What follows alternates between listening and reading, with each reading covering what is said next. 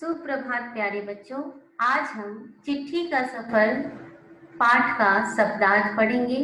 मतलब इस पाठ में आए नए शब्दों के अर्थ हम जानेंगे। तो प्रस्तुत है चिट्ठी का सफर पाठ का शब्दार्थ। इस वीडियो को देखकर आपको क्या क्या जानकारी प्राप्त होगी?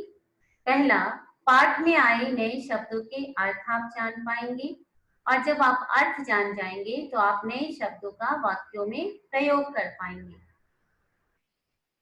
पहला शब्द है चिट्ठी। चिट्ठी का अर्थ होता है पत्र।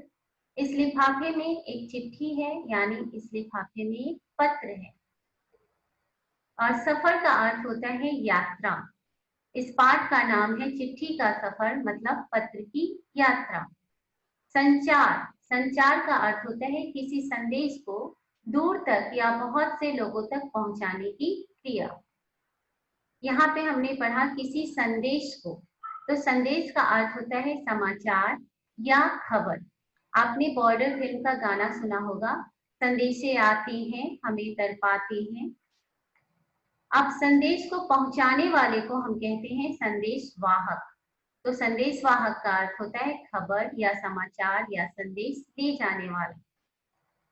और जो खबर या संदेश या समाचार पैदल चलकर ले जाता है उसको हम कहते हैं हरकारी। हरकारी का अर्थ होता है पैदल चलकर पत्र पहुंचाने वाले। यहाँ पर एक हरकारी का चित्र मैंने आपको दिखाया है। यहाँ एक और हरकारी का चित्र है। आपने पाठ में पढ़ा है कि हरकारों को डाकू, लुटेरे या जंगली जानवरों का भय हमेशा बना रहता था, इसलिए इस हरकारे ने हाथ में भाला रखा है। इस हरकारे ने भी हाथ में भाला रखा है ताकि जब जंगली जानवर, डाकू या लुटेरे इनके सामने आए तो ये उनसे लड़ सके। दुर्गम का अर्थ होता है जहां पहुंचना कठिन हो। गम का अर्थ होता है जाना, और दो लग गया आगे, तो जहां पहुंचना या जाना कठिन या मुश्किल हो। और दुर्गम का विलोम शब्द होता है सुगम, मतलब जहां पहुंचना या जाना आसान हो उस स्थान को कहेंगे सुगम, और जहां पहुंचना या जाना कठिन हो उसको कहेंगे दुर्गम। ये एक चित्र देखिए, ये स्थान, यहाँ पे गाड़ियां नहीं चल सकती, इस पहाड़ी पर आपको पैदल ही चलना पड़ेगा और बहुत मुश्किल होगी पहुंचने में। तो ऐसे स्थान को कहते हैं दुर्गम स्थान। और ऐसे दुर्गम स्थानों पर हरकारे ही आज भी पत्र पहुंचाते हैं। जिंदगी। जिंदगी का अर्थ होता है जीवन। आपने अपनी 10-12 साल की जिंदगी में कुछ पत्र लिखे होंगे, मतलब 10-12 साल के जीवन में कुछ पत्र लिखे होंगे। स्थान। स्थान का अर्थ होता है जगह। चिट्ठी एक स्थान से दूसरे स्थान पर कैसे पहुंचती है, मतलब चिट्ठी एक जगह से दूसरे जगह पर कैसे पहुंचती है। गौर से। गौर से का अर्थ होता है ध्यान से। अगर मैं आपको कहती हूँ गौर से देखो, मतलब ध्यान से देखो। निरंतर। निरंतर का अर्थ है लगातार, अर्थात बिना रुके। नदी में पानी निरंतर चलता रहता है, मतलब लगातार चलता रहता है। गंतव्य।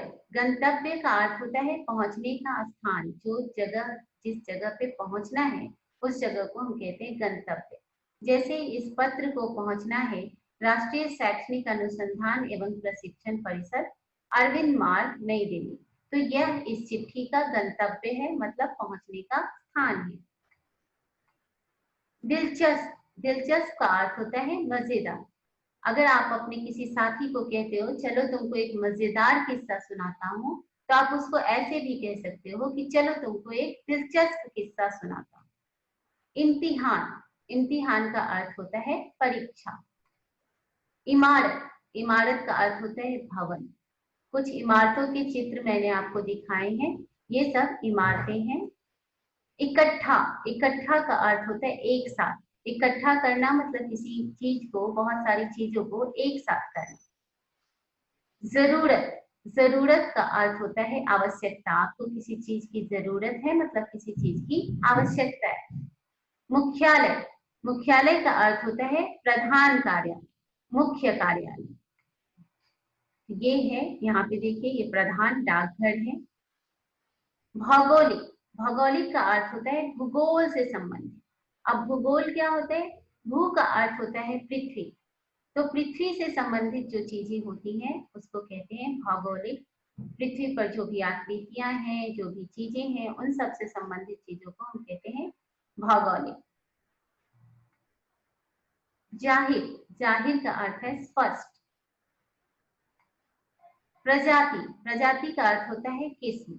कबूतरों की बहुत सारी प्रजातियां होती हैं, बहुत सारी किस्म होती है, जिसमें से घूमर और गिरहबाज जो प्रजाति होती है उसको प्रशिक्षित करके पत्र पहुंचवाने का काम किया जा सकता है। प्रशिक्षित का अर्थ होता है अच्छी तरह से सीखे हुए। कबूतरों को प्रशिक्षित करके पत्र पहुंचवाया जा सकता है, मतलब अच्छी तरह से सिखा करके पत्र पहुंचवाया जा सकता है। प्रवासी, प्रवासी का अर्थ होता है अपने शहर या देश से बाहर रहने वाले। आपने लॉकडाउन में सुना होगा कि प्रवासी मजदूर, बहुत बार सुना होगा प्रवासी मजदूर, काफी प्रवासी मजदूर पैदल ही अपने अपने गांव को चले गए। तो ये लोग अपने गांव या अपने शहर या अपने देश से बाहर रहकर काम करने वाले थे। ऐसे ही प्रवासी पक्षी भी होते हैं जो अपने देश या शहर को बहुत ठंडी या गर्मी के कारण छोड़कर दूसरे शहर या देश में रहने चले जाते हैं थोड़े समय के लिए। तो हमारे भारत में भी बहुत सारे प्रवासी पक्षी आते हैं, बहुत ज्यादा गर्मी या बहुत ज्यादा ठंड से बचने के लिए। निर्भर, निर्भर का अर्थ होता है आश्रित। सीमित मतलब कम, संचार के साधन पुराने जमाने में बहुत सीमित थे, मतलब बहुत कम थे। संग्रह करना का अर्थ होता है जमा करना, इकट्ठा करना। मैंने पहले ही आपको बताया, इकट्ठा मतलब एक साथ करना, इकट्ठा करना मतलब एक साथ करना, एक साथ जमा करना, एक साथ उनका संग्रह करना। धन्यवाद। फिर मिलेंगे अगले वीडियो में कुछ नया सीखने के लिए, कुछ नया जानने के लिए। तब तक के लिए आप सबको बहुत बहुत धन्यवाद।